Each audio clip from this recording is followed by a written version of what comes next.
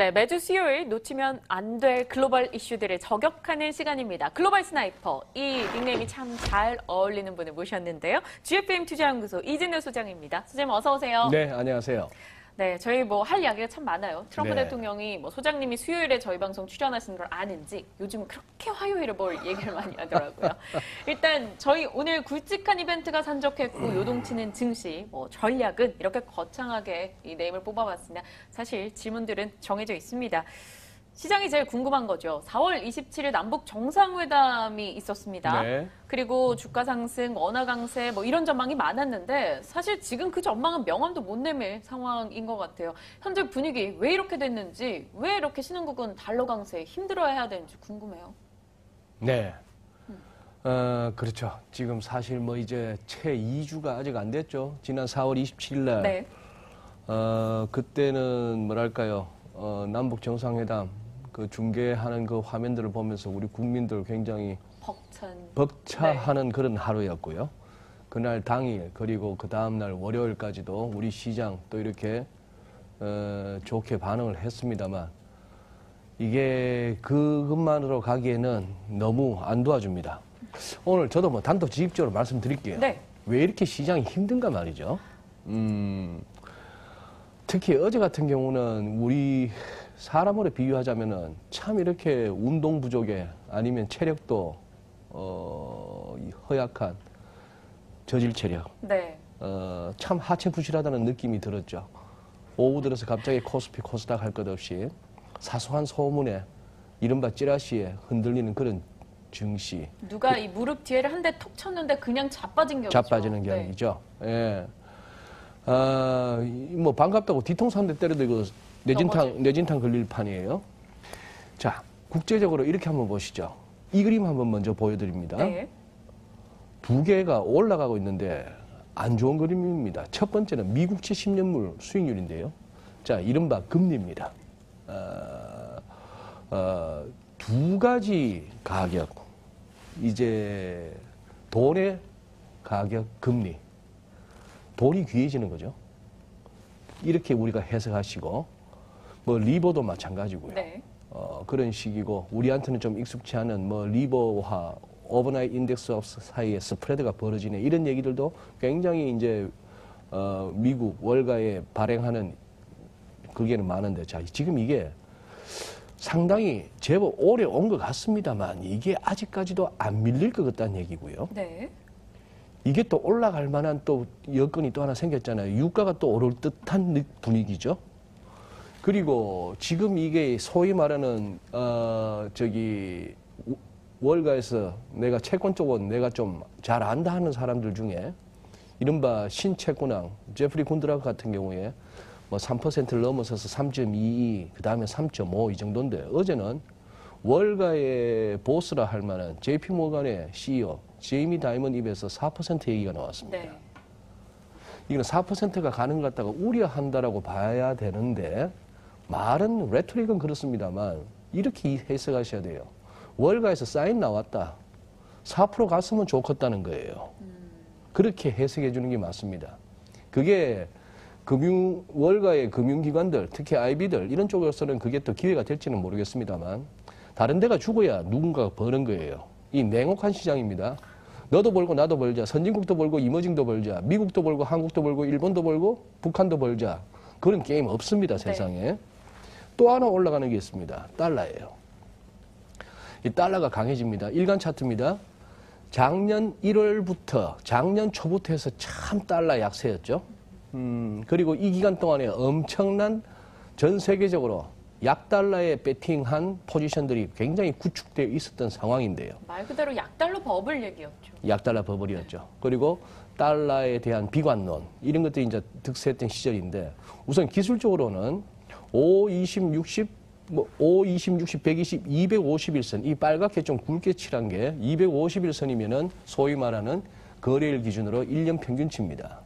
자, 1년 평균치는 올랐었다는 얘기고 자, 이렇게 인덱스 기준으로 이 정도에서 달러를 매도 친 세력들은 지금 뭐였을까요? 이쯤 갔을 때 흐뭇했습니다. 아, 제법 이번에 달러 약세로 큰 수익을 내는구나 싶었던 것이 돌고 돌고 와서 하는 것이죠. 지금 이 과정은 뭘까요? 이 과정에 이렇게 급하게 올라오는 거는 이 구간에서 계속해서 달러 약세에 베팅했던 세력들이 손절로 내몰리면서 오는 과정이라고 보셔야 됩니다. 네.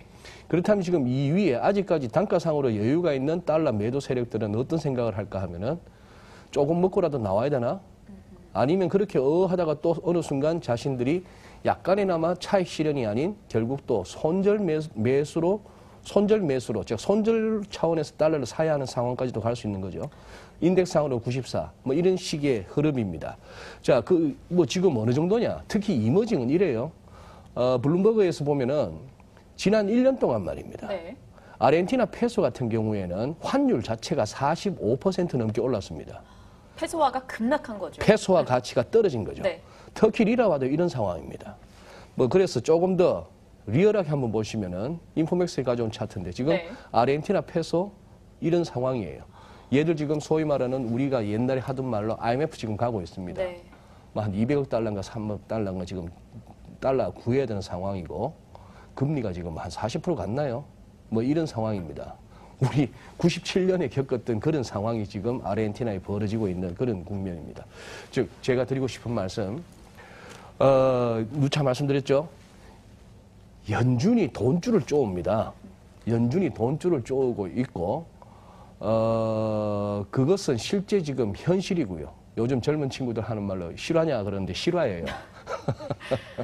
이거는 뭐 가상이거나 앞으로 그렇게 될 것이다 이고 현재 지금 그런 상황입니다. 네. 매 분기 한 300억 달러, 이미 100억 불 이런 식으로 오다가 300억 달러 규모까지 왔는데 매월 한 300억 달러까지는 재투자를 안 해도 되는 상황까지 왔습니다. 그런 식으로 금리는 따박따박 올리고 있는 중이고요. 그런 상황이고 여기에다 이제 경기 논쟁으로까지 넘어가자면은 다들 또 경기의 끝물에 대한 우려 뭐 이런 것들이 있는 것이죠. 자, 이렇게 되니까 돈값인 금리가 올라가고 달러값인 환율이 올라가고 이렇게 되니 금융시장은 소위 말해서 굉장히 환경이 긴축되고 있는 겁니다.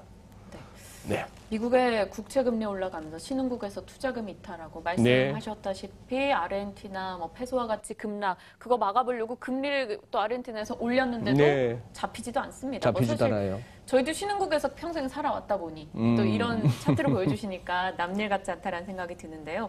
뭐 달러 강세, 유가 상승, 또 미국의 공격적인 외교도 신흥국을 지금 굉장히 힘들게 하고 네. 있습니다. 밤사이 또 아르헨티나, 또 이란 핵협정 탈퇴 소식이 전달이 됐는데요. 네. 관련해서 트럼프 대통령의 발언 어떤 내용이었는지 살짝만 보고 오겠습니다. After these consultations, it is clear to me that we cannot prevent an Iranian nuclear bomb under the decaying and rotten structure of the current agreement. Therefore, I am announcing today that the United States will withdraw from the Iran nuclear deal. 계속 우리 중대 발표 할 거야 하더니 결국 이야기를 꺼냈습니다. 뭐 우리는 최고 제재 수준을 도입할 것이고 만약 도와주는 국가가 있다면 너희 또한 가만두지 않을 거야. 뭐 이런 식의 발언까지 내놓은 상황인데요. 이란 핵협상 탈퇴 소식이 전달되면서 뭐 그동안 그 우려로 급등했었던 국제유가가 오늘은 일단 차익 실현 매물에 하락했습니다만 아시아 쪽에서 또 2% 올랐다는 소식이 들립니다. 유가 이제 뭐 70달러고요. 80달러까지 가게 될 것인가? 뭐 유가 전망 어떻게 하십니까? 뭐 일각에서는 거기까지는 안 갈 걸이라고 보던데요. 예. 방금 잘 들어주셨네요. 트럼프 대통령도 안색이 보니까 혼자 원맨쇼 하려다 보니까 노후에 힘들어 보입니다. 네. 안색이 영 예전 같지가 않네요. 잘 먹을 텐데. 이거 CNBC에서 가져온 이거 대문 기사입니다. 여기서 일단은 저는 이 조동사 will에 주목합니다. will withdraw입니다. 네. 무슨 사안 하나 가지고 굉장히 오래 끌어요. 이거는 무슨 뭐 시청률 끌어올리기도 아니고. 말을 요랬다 저랬다 하면서 네. 북미 정상회담도 장소 날짜 정해졌다. 그러면 알려주든지. 애들게 하는 재주가 있는 것 같죠. 예, 그런 상황인데. 자, 첫째 드리고 싶은 말씀. 트럼프 대통령의 미국.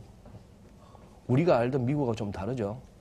너무 대통령이 원맨쇼에 그리고 특별한 독특한 대통령을 뽑았습니다.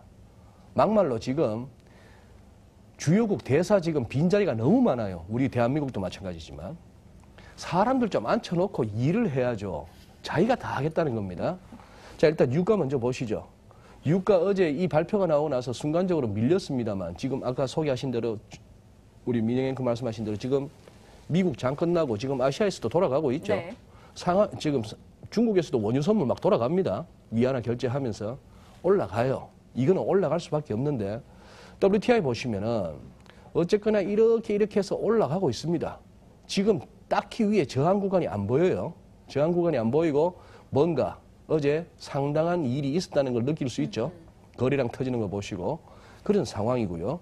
자, 이렇게도 보십시다. 큰 그림을 한번 보실까요? WTI인데 요즘은 브렌트도 봐야 되겠습니다만 네.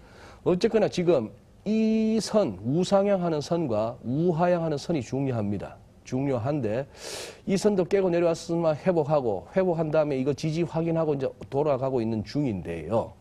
이 정도가 지금 80입니다. 그러니 사실상 WTI 기준으로 80은 상당히 버거운 거죠.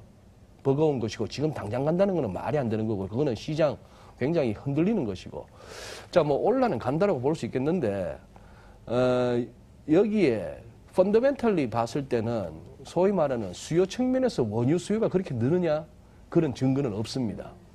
그럼 공급 측면에서의 문제인데 이렇게 해서 이란의 제재가 이제 다시 재개될 것인데 지금 들리는 얘기로는 그것도 유예해서 11월 중간 선거 이후에 가서 제재를 하자는 것이고 지금 문제는 트럼프 혼자 외친 겁니다.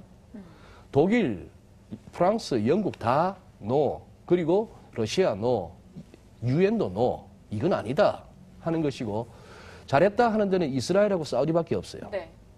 자, 그리고 이렇게 된다면 여기에 대해서 이제 이런 얘기도 나오는 것이죠. 그러면 이게 이 와중에 이 사진을 한번 보고 가십시다.